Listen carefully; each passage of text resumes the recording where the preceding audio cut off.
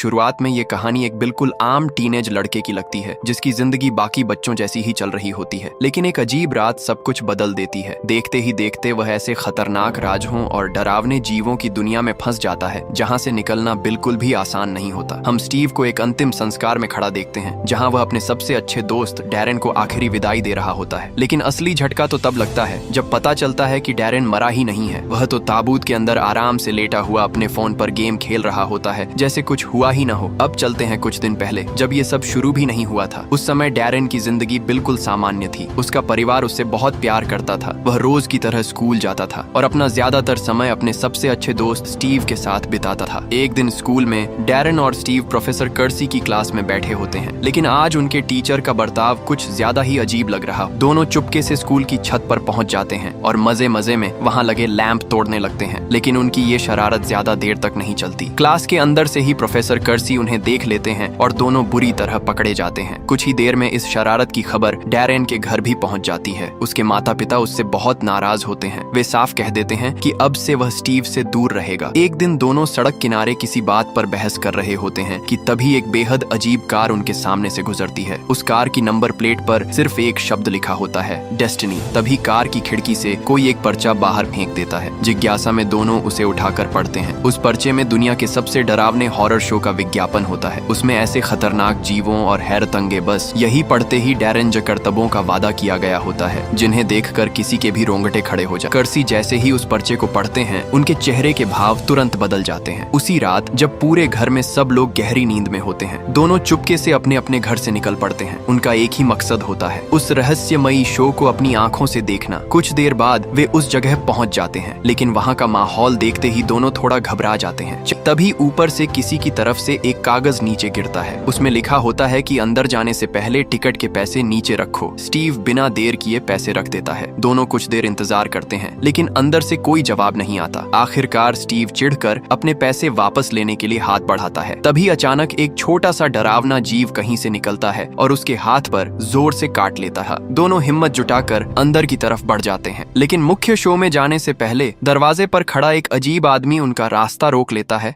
फिर जानना चाहता है कि कहीं उन्हें घबराहट की बीमारी, दिल की कोई दिक्कत या दूसरी मेडिकल परेशानी तो नहीं है। सबसे अजीब बात यह होती है कि वह बार बार कहता है, जो भी जवाब देना सच सच देना। अंदर घुसते ही डैरेन और स्टीव की नजर सबसे पहले स्टेज पर खड़े एक अजीब आदमी पर पड़ती है। उसका सिर सामान्य इंसानों से कई गुना बड़ा होता है और वही इस पूरे शो का होस्ट होता है। वह मुस्कुराते हुए पहले परफॉर्मर का स्वागत करता है जिसका नाम होता है वुल्फमैन। कुछ ही सेकंड में एक डरावना जंगली दिखने वाला जीव स्टेज पर आ जाता है। वुल्फमैन अचानक भीड़ में बैठी एक महिला पर झपट पड़ता है और उसके हाथ को बुरी तरह नोचकर अलग कर देता है। पूरा हॉल सन्न रह जाता है। वह महिला बिना घबराए आराम से खड़ी हो जाती है और सबकी आंखों के सामने उसका कटा हुआ हाथ फिर से उगने लगता है। उसके बाद स्टेज पर अलेक्जेंडर रिब्स आता है। वह अपने पेट में बना एक बड़ा सा छेद सबको दिखाता है और सबसे अजीब बात यह होती है कि वह ऐसे खड़ा रहता है जैसे इसमें कुछ भी असामान्य न हो। फिर बारी आती है डायना टेंटाटा की। उसके दांत इतने मजबूत आकार स्टेज पर आता है जिसके 2 पेट होते हैं। वह ऐसे हैरत अंगेज करतब दिखाता है कि पूरा हॉल तालियों से गूंज उठता है। शो यही नहीं रुकता है। तभी आखिर में स्टेज पर एवरा नाम का एक नौजवान आता है। उसके साथ एक बड़ा सा सांप भी होता है, लेकिन सबसे अजीब बात यह होती है कि एवरा खुद भी किसी इंसान जैसा नहीं दिखता। उसकी त्वचा बिल्कुल सांप जैसी नजर आती। इतने में शो का होस्ट परेशान होकर तुरंत मैडम ट्रस्का को बुलाता है। कुछ ही देर बाद एक रहस्यमयी महिला स्टेज पर आती है और अपने करतब के लिए दर्शकों में से डैरेन को चुन लेती है। डैरेन जैसे ही उसके पास पहुंचता है तभी सबके सामने एक चौंकाने वाला नजारा होता है। उस महिला के चेहरे पर अचानक घनी दाढ़ी उगने लगती है। यह देखकर पूरा हॉल दंग रह जाता है, लेकिन मैडम ट्रस्का का ध्यान किसी और बात पर चला जाता है। डैरेन के पास खड़े खड़े उन्हें ऐसा महसूस होता है कि इस लड़के में कुछ अलग है, कुछ ऐसा जो बाकी लोगों में नहीं है। वह उत्सुक होकर उससे उसका नाम पूछती है। डैरेन घबरा जाता है। खत्म होते ही मैडम ट्रस्का तुरंत अपनी नकली दाढ़ी हटाती है और जल्दी से बैक स्टेज चली जाती है। वहाँ पहुंचकर वह सीधे मिस्टर क्रेप्सली के पास जाती है। उनके चेहरे पर साफ चिंता दिखाई दे रही होती है। वह उन्हें स्टेज पर जाने से मना करती है क्योंकि उन्हें जोरदार एहसास हो रहा होता है कि आज कुछ बहुत बुरा होने वाला है, जैसे ये सब पहले से तय किया हुआ शो का हिस्सा हो। वह अपनी टोपी से खरगोश निकालने का जादू दिखाने लगते हैं, लेकिन जैसे ही वह टोपी खोलते हैं उसमें से खरगोश की जगह एक विशाल जहरीली मकड़ी बाहर छलांग लगा देती है। यह देखकर पूरे हॉल में सन्नाटा छा जाता है। शुरुआत में मिस्टर क्रेप्सली उस खतरनाक मकड़ी को काबू में रखने की कोशिश करते हैं, लेकिन मैडम ऑक्टा लगातार इधर उधर उछलती रहती है। लेकिन तभी वह किसी तरह अपनी जादुई बांसुरी निकाल लेते हैं और उसे बजाना शुरू कर देते हैं। हैरानी की बात यह होती है कि बांसुरी की धुन सुनते ही मैडम ऑक्टा बिल्कुल शांत हो जाती। बीच स्टीव डैरेन के कान में एक चौंकाने वाली बात कहता है। वह बताता है कि उसने मिस्टर क्रेप्सली को पहले एक ऐसी किताब में देखा था जिसमें रहस्यमयी जीवों के बारे में लिखा। अचानक मैडम ऑक्टा फिर से उछलती है और सीधे डैरेन के पैर पर काट लेती है। काटते ही डैरेन का व्यवहार बदलने लगता है। वह अजीब सा शांत हो जाता है, जैसे किसी ने उस पर जादू कर दिया। प्रोफेसर कर्सी पुलिस वालों के साथ वहां पहुंच जाते हैं और पूरे सर्कस को चारों तरफ से घेर लेते हैं। अब हर तरफ भगदड़ मच जाती है। डैरेन पूरे कमरे को ध्यान से देखने लगता है। तभी उसकी नजर मैडम ऑक्टा के पिंजरे और उस रहस्यमयी बांसुरी पर पड़ती है जिससे मिस्टर क्रेप्सली मकड़ी को काबू में कर रहे थे। जिज्ञासा में वह बांसुरी बजाकर देखता है। हैरानी की बात यह होती है कि बांसुरी की धुन सुनते ही मैडम ऑक्टा उसके इशारों पर चलने लगती है। तभी उसे बाहर से किसी के आने की आहट सुनाई देती है। घबराकर डैरेन तुरंत एक अलमारी के अंदर छिप जाता है। मिस्टर क्रेप्सली कमरे में आते हैं। उनके साथ एक और रहस्यमयी आदमी होता है जिसका नाम गवर्नर है। अलमारी के अंदर छिपा डैरेन उनकी पूरी बातचीत ध्यान से सुनता रहता है। उनकी बातें सुनकर उसके पैरों तले जमीन खिसक जाती है। दोनों ऐसे वैम्पायरों की बात कर रहे होते हैं जो अपने ही जैसे लोगों का शिकार कर रहे हैं। फिर वे टाइनी नाम के एक रहस्यमयी आदमी का जिक्र करते हैं जो मौत के बाद भी किसी तरह वापस लौट आया है। इतना ही नहीं, अब उसके पास बुक ऑफ सोल्स नाम की एक रहस्यमयी चीज भी है जिससे वह बेहद खतरनाक खेल खेल। लेकिन तभी दरवाजा खुलता है और स्टीव अंदर आ जाता है। गवर्नर झट से उसकी गर्दन पकड़ लेता है और गुस्से में पूछता है कि उसे यहाँ किसने भेजा है। स्टीव घबराकर बताता है कि उसने मिस्टर क्रेप्सली को वैम्पायरों पर लिखी एक पुरानी किताब में देखा था। उसकी बात सुनकर गवर्नर उसे छोड़ देता है। लेकिन तभी स्टीव ऐसी बात कह देता है जिसकी किसी ने कल्पना भी नहीं की होती। वह मिस्टर क्रेप्सली से गुजारिश करता है कि वे उसे भी वैम्पायर बना दें। वह कहता है कि उसे अपनी पुरानी जिंदगी से नफरत है और वह सब कुछ छोड़कर उनके जैसा बनना चाहता है। उसकी बात सुनकर मिस्टर क्रेप्सली एक बार उसके खून की जांच करते हैं ताकि यह पता चल सके कि उसे वैम्पायर बनाया जा सकता है या नहीं। लेकिन जांच के बाद वह निराश होकर कहते हैं कि यह बदलाव उसके लिए कभी मुमकिन नहीं होगा। ये सुनते ही स्टीव मायूस होकर वहां से चला जाता है। गवर्नर के जाने के बाद भी डैरेन अलमारी के अंदर चुपचाप छिपा रहता है। वह बाहर निकलने की हिम्मत भी नहीं कर पाता। उसी दौरान मिस्टर क्रेप्सली को एहसास होता है कि मैडम ऑक्टा अपने पिंजरे में नहीं है। वह तुरंत उसे ढूंढने लगते हैं। अपनी चोरी पकड़ी जाने के डर से डैरेन अलमारी के अंदर बने एक गुप्त रास्ते से भाग निकलता है। वह अंधेरी सुरंग उसे सीधे बाहर ले आती है, लेकिन बाहर भी उसकी मुश्किलें खत्म नहीं होती। वहाँ एक अजीब सी कार उसका इंतजार कर रही होती है। कोई और रास्ता न देखकर डैरेन उसके अंदर बैठ जाता है। कार के अंदर एक रहस्यमयी गंजा आदमी बैठा होता है जिसका नाम टाइनी है। वह गलती से डैरेन को स्टीव समझ लेता है और अजीब अजीब बातें करने लगता है। वह कहता है कि इंसान चाहे जितनी कोशिश कर ले, अपनी असली फितरत कभी नहीं बदल सकता। ये सब सुनकर डैरेन बुरी तरह घबरा जाता है। वह तुरंत कार से उतरना चाहता है, लेकिन अंदर बैठे दूसरे अजीब लोग उसे जाने नहीं देते। तभी टाइनी अचानक डैरेन के सिर से बालों की एक लट खींच लेता है। फिर मुस्कुराकर कहता है कि वह देखना चाहता है कि यह लड़का भविष्य में एक बड़ा लीडर बनेगा। देर बाद वे लोग आखिरकार डैरेन को उसके घर के पास छोड़ देते हैं। जाते जाते उसकी साइकिल भी कार से बाहर फेंक देते हैं और वहाँ से चले जाते हैं। अगले दिन डैरेन चुपके से मैडम ऑक्टा को स्कूल की अपनी लॉकर में छिपा देता है। वह मकड़ी को ध्यान से देख ही रहा होता है कि तभी स्टीव वहाँ आ जाता है। जैसे ही उसकी नजर मैडम ऑक्टा पर पड़ती है, वह बुरी तरह चौंक जाता है। उसे यकीन ही नहीं होता कि डैरेन सच में इतनी खतरनाक मकड़ी चुरा कर ले आया है। गुस्से में वह डैरेन पर बरस पड़ता है। फिर वह पिंजरा उठाकर मकड़ी को करीब से देखने की कोशिश करता है। तभी अचानक स्कूल की घंटी जोर से बज उठती। मैडम ऑक्टा पल भर में पिंजरे से निकलकर भाग जाती है। उसी समय दर्जनों छात्र हॉलवे में आ जाते हैं। इतने सारे लोगों को देखकर मकड़ी भी घबरा जाती है।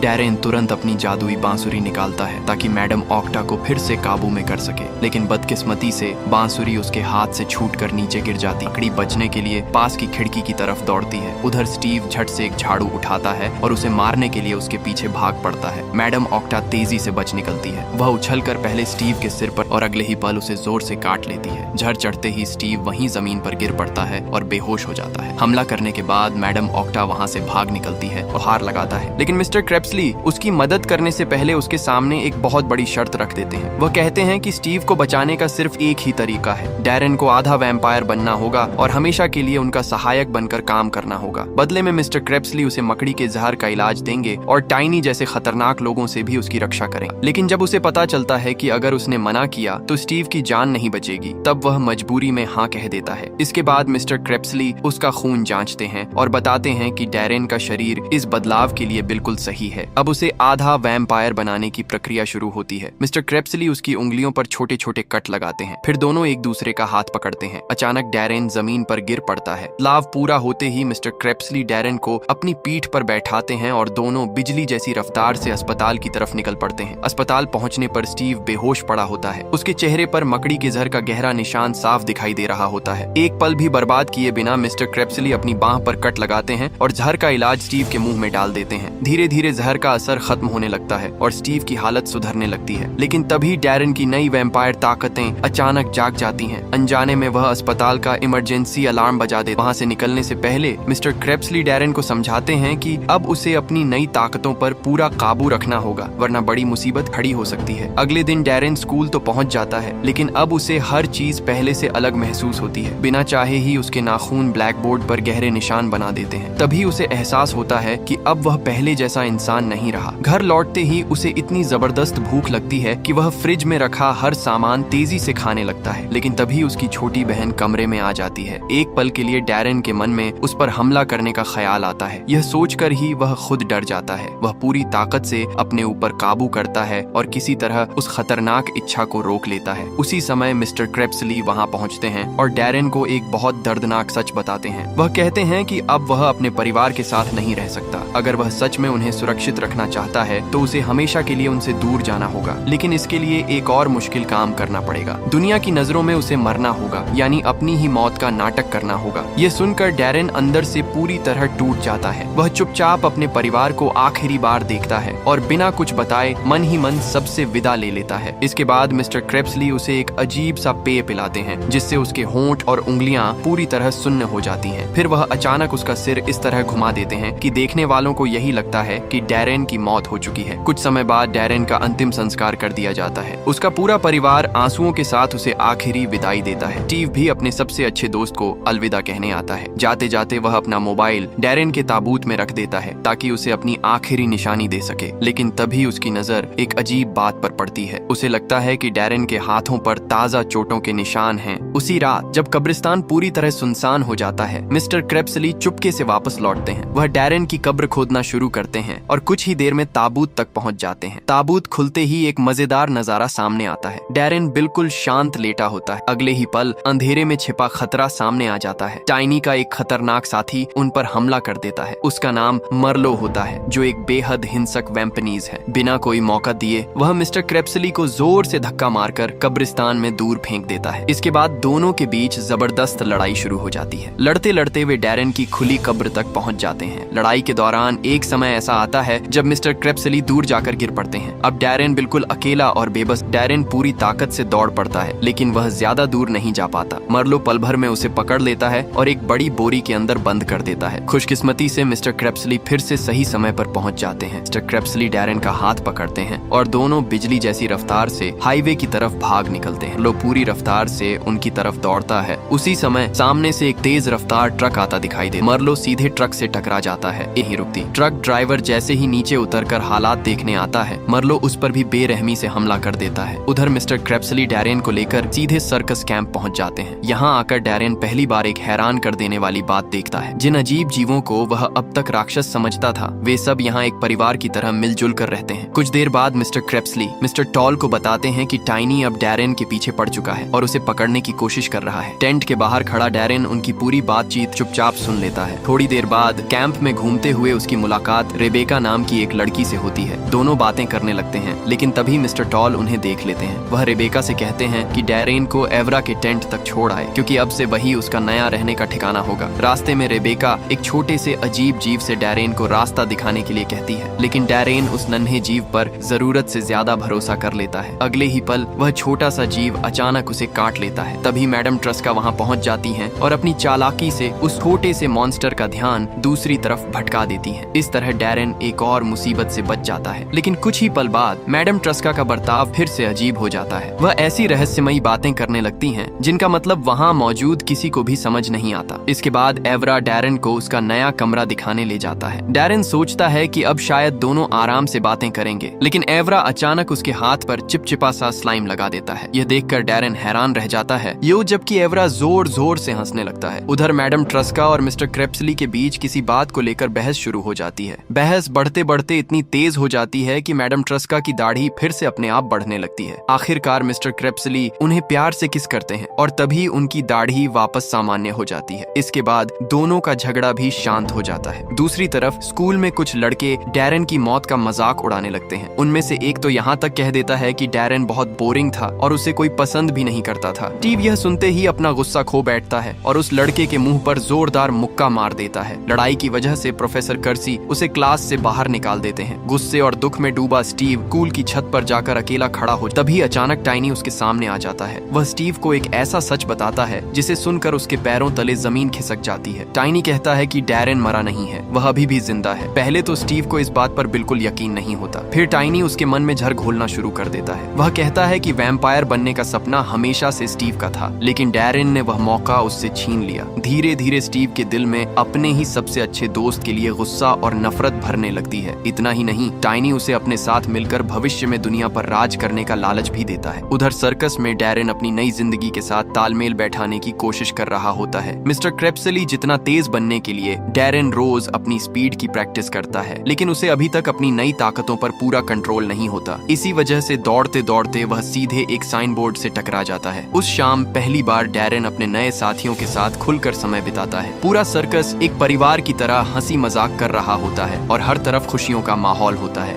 एक रात वह चोरी छिपे स्टीव को फोन करने की कोशिश करता है, लेकिन तभी मिस्टर क्रेप्सली उसे पकड़ लेते हैं। वह बिना कुछ कहे उसके हाथ से फोन छीनते हैं और उसे वहीं तोड़कर फेंक देते हैं। कुछ देर बाद सर्कस कैंप में एक कार आकर रुकती है। उसमें से टाइनी बाहर निकलता है। उसे देखते ही छोटे छोटे अजीब जीव खुशी से उसकी तरफ दौड़ पड़ते हैं, जैसे वे उसे बहुत पहले से जानते हों। टाइनी सीधे मिस्टर टॉल से कहता है कि डैरेन को उसके हवाले कर दिया जाए, लेकिन मिस्टर टॉल तुरंत मना कर देते हैं। वह कहते हैं कि इतना बड़ा फैसला सोच समझ कर ही लिया जाएगा। मिस्टर क्रेप्सली भी टाइनी की इस बात का खुलकर विरोध करते हैं, क्योंकि उन्हें उस पर जरा भी भरोसा नहीं होता। वहाँ से जाने से पहले टाइनी चुपके से अपने छोटे छोटे डरावने जीवों को डैरेन पर नजर रखने का आदेश दे देता है। अगले दिन डैरेन अपने रोज के कामों में लगा रहता है, लेकिन उसे महसूस होता है कि वे छोटे मॉन्स्टर हर जगह उसका पीछा कर रहे हैं। इसी बीच वह रेबेका के टेंट में पहुंचता है, जहां उसे उसका सबसे बड़ा राज पता चलता है। रेबेका असल में एक मंकी गर्ल होती है। उसकी एक पूंछ भी है, लेकिन वह हमेशा उसे छिपा कर रखती है, क्योंकि वह अक्सर उसी की वजह से गिर जाती है और लोगों के सामने शर्मिंदा हो जाती है। उधर मिस्टर क्रेप्सली उन छोटे जीवों में से एक को पकड़ लेते हैं जो डैरेन की जासूसी कर रहा होता है। उन्हें तुरंत समझ आ जाता है कि टाइनी अभी भी डैरेन पर नजर रखे हुए है। वह डैरेन को सख्त चेतावनी देते हैं कि किसी भी हाल में सर्कस कैंप से बाहर नहीं जाना है। मिस्टर क्रेप्सली डैरेन को ट्रेनिंग के लिए जंगल ले जाते हैं। अचानक वह पल भर में उसकी आंखों के सामने से गायब हो जाते हैं। डैरेन कुछ समझ ही नहीं पाता कि अगले ही सेकंड मिस्टर क्रेप्सली उसके ठीक पीछे आ खड़े होते हैं। वह उसकी गर्दन पकड़कर उसे जोर से जमीन पर पटक देते हैं। डैरेन संभल भी नहीं पाता कि मिस्टर क्रेप्सली उसकी आंखों में देखते हुए कहते हैं, तुम अभी बहुत कमजोर हो। इतना कहकर वह बिना किसी चेतावनी के फिर से डैरेन पर हमला कर देते हैं। इस बार डैरेन भी हिम्मत नहीं हारती। वैम्पायर कैसे लड़ता है। उनका हाथ अचानक किसी तेज ब्लेड की तरह बन जाता है और वह एक ही वार में सामने खड़े पेड़ को चीर देते हैं। यह देखकर डैरेन भी वही करने की कोशिश करता है, लेकिन पेड़ काटना तो दूर, उसके अपने नाखून ही टूट जाते हैं। उधर दूसरी तरफ स्टीव की हालत लगातार बिगड़ती जा रही होती है। मर्लो उसे किसी काली रस्म के लिए तैयार कर रहा होता है। कई खतरनाक लोग मिलकर स्टीव को बेरहमी से पीटते हैं ताकि वह पूरी तरह टूट जाए। इसी दौरान प्रोफेसर कर्सी गलती से वहां पहुंच जाते हैं, लेकिन इससे पहले कि वह कुछ समझ पाते, स्टीव उन पर झपट पड़ता है। वह अपने तेज नाखूनों से उनका चश्मा नोच देता है और उन पर हमला कर देता है। उधर सर्कस कैंप में मिस्टर क्रेप्सली डैरेन की ट्रेनिंग जारी रखते हैं। वह उसे एक और वैम्पायर ताकत दिखाते हैं। वह बताते हैं कि वैम्पायर एक खास तरह की गैस छोड़कर इंसानों को कुछ ही सेकंड में बेहोश कर सकते हैं। इसके बाद वह एक आदमी की त्वचा पर हल्का सा कट लगाते हैं और डैरेन से उसका खून पीने के लिए कहते हैं, लेकिन डैरेन लाख कोशिश करने के बाद भी ऐसा नहीं कर पाता। वह किसी भी कीमत पर इंसान का खून पीना नहीं चाहता। उसी रात सर्कस कैंप पर अचानक हमला हो जाता है। कुछ हथियारबंद लोग चुपके से एवरा के टेंट में घुस जाते हैं, लेकिन वहाँ उन्हें डैरेन नहीं बल्कि बिस्तर पर आराम से लेटा एक विशाल सांप मिलता है। असल में डैरेन उस समय रेबेका के टेंट में छिपा हुआ होता है। फ्लावर उसके सामने आते हैं। डैरेन भी जवाब देने के लिए तैयार हो जाता है। वह पास पड़ा एक पुतला उठाकर पूरी ताकत से उनकी तरफ फेंक देता है। तभी मिस्टर क्रेप्सली पूरी ताकत के साथ लड़ाई में कूद पड़ते हैं और एक दुश्मन को उठाकर सीधे शीशे पर दे मारते होते हैं। तभी सर्कस के बाकी कलाकार भी अपने घर की रक्षा के लिए मैदान में उतर आते हैं। उसी समय मिस्टर टॉल भी सामने आते हैं। उनकी दमदार मौजूदगी देखते ही दुश्मनों का हौसला टूट जाता है और वे पीछे हटने पर मजबूर हो जाते। उधर स्टीव अचानक डैरेन के घर पहुंच जाता है। उसका बदला हुआ व्यवहार देखकर पूरा परिवार डर जाता है। मामला तब और अजीब हो जाता है जब स्टीव खुद टाइनी को भी घर के अंदर बुला लेता है। इधर डैरेन रेबेका की तलाश में एक अजनबी की कार में सफर कर रहा होता है। कुछ देर बाद वह अपने पुराने घर पहुंचता है। वहां दीवार पर चाकू से टंगा हुआ एक नोट इंतजार कर रहा होता है। पता लिखा होता है और एक पुराने थिएटर का नाम। डैरेन तुरंत समझ जाता है कि यही जाल बिछाया गया है। उसी समय उस क्रेप्सली भी आने वाली लड़ाई की तैयारी शुरू कर देते हैं। वह अपने हथियार इकट्ठा करते हैं और डैरेन की मदद के लिए निकलने ही वाले होते हैं, लेकिन तभी मैडम ट्रस्का उन्हें रोक लेती है। वह घबराई हुई बताती हैं कि उन्हें एक भयानक भविष्य दिखाई दिया है। उनके विजन में मिस्टर क्रेप्सली की मौत होने वाली है, लेकिन यह सुनकर भी मिस्टर क्रेप्सली जरा भी नहीं डर। कुछ ही देर बाद डैरेन उस पुराने थिएटर में पहुंच जाता है, लेकिन वहां उसका इंतजार कोई और नहीं बल्कि खतरनाक मरलो कर रहा होता है। लेकिन तभी कहानी एक और भी डरावने मोड़ पर पहुंच जाती है। डैरेन की नजर ऊपर जाती है और वह देखता है कि रेबेका रस्सियों से बंधी हवा में लटक रही है। वह अभी इस सदमे से बाहर भी नहीं निकल पाता कि उसकी नजर सामने खड़े अपने पूरे परिवार पर पड़ती है। उन्हें भी बंदी बनाकर रखा गया होता है। मरलो मुस्कुराते हुए कहता है कि उसने डैरेन के लिए एक खास दावत तैयार की है। फिर वह सबसे बड़ा झटका देता है। स्टीव भी उसके साथ खड़ा होता है। मरलो बताता है कि स्टीव अब एक साधारण इंसान नहीं रहेगा। वह उसे इतना ताकतवर बनाएगा कि एक दिन पूरी दुनिया उसके सामने झुक जाएगी। अपने सबसे अच्छे दोस्त को दुश्मनों के साथ देखकर डैरेन का दिल टूट जाता है। इसके बाद मरलो उसके सामने एक बेहद क्रूर शर्त रखता है। अगर डैरेन रेबेका का खून पी ले तो उसका पूरा परिवार आजाद कर दिया जाएगा। कुछ पल के लिए डैरेन समझ नहीं पाता कि क्या करे, लेकिन उसी समय थिएटर के बाहर से मिस्टर क्रेप्सली भी पहुंच जाते हैं। वह बिना देर किए लड़ाई में कूद पड़ते हैं। सबसे पहले वह मैडम ऑक्टा को उठाकर सीधे स्टीव के चेहरे की तरफ फेंकते हैं। फिर मरलो पर चाकू फेंकते हैं, लेकिन मरलो हवा में ही चाकू पकड़ लेता है और उसी रफ्तार से वापस उनकी तरफ फेंक देता है। अब दोनों वैम्पायर आमने सामने होते हैं। घूंसे, लातें, काटना और बिजली जैसी तेज चाल पूरा थिएटर जंग का मैदान बन जाता है। अचानक इसी अफरा तफरी का फायदा उठाकर रेबेका धीरे धीरे अपनी बंदर जैसी पूंछ से रस्सियां खोल लेती है। जैसे ही उसे मौका मिलता है वह डैरेन का हाथ पकड़कर उसे लड़ाई से दूर पर्दों के पीछे ले जाती है। वहां पहुंचकर वह एक बड़ा फैसला लेती है। वह अपना खून डैरेन को देती है ताकि उसकी ताकत बढ़ सके। रेबेका की बात सुनकर डैरेन के अंदर फिर से हिम्मत लौट आती है। उधर स्टेज पर मिस्टर क्रेप्सली और मरलो की लड़ाई और भी खतरनाक हो चुकी होती है। दोनों लड़ते लड़ते दर्शकों की सीटों तक जा पहुंचते हैं। वह एक दूसरे पर कुर्सियां और आसपास पड़ी चीजें फेंकने लगते हैं। मौका देखकर मिस्टर क्रेप्सली मरलो के हाथ पर जोर से काट लेते हैं, लेकिन इसका उल्टा असर होता है। मरलो और भी ज्यादा खतरनाक हो जाता है। मरलो मिस्टर क्रेप्सली को घसीटते हुए थिएटर की कुर्सियों के बीच ले जाता है। उसकी जैसे ही मरलो आखिरी वार करने के लिए आगे बढ़ता है, तभी डैरेन बिजली जैसी रफ्तार से वहां पहुंच जाता है। वह सही समय पर अपने गुरु को बचा लेता है और पूरी ताकत से मरलो पर हमला करता है। डैरेन के जोरदार धक्के से मरलो दूर जा गिरता होता है। अब आमने सामने होते हैं दो सबसे अच्छे दोस्त, डैरेन और स्टीव। दोनों इतनी तेजी से लड़ते हैं कि उनकी हरकतें आंखों से देख पाना भी मुश्किल हो जाता है। घूंसों पर घूंसे,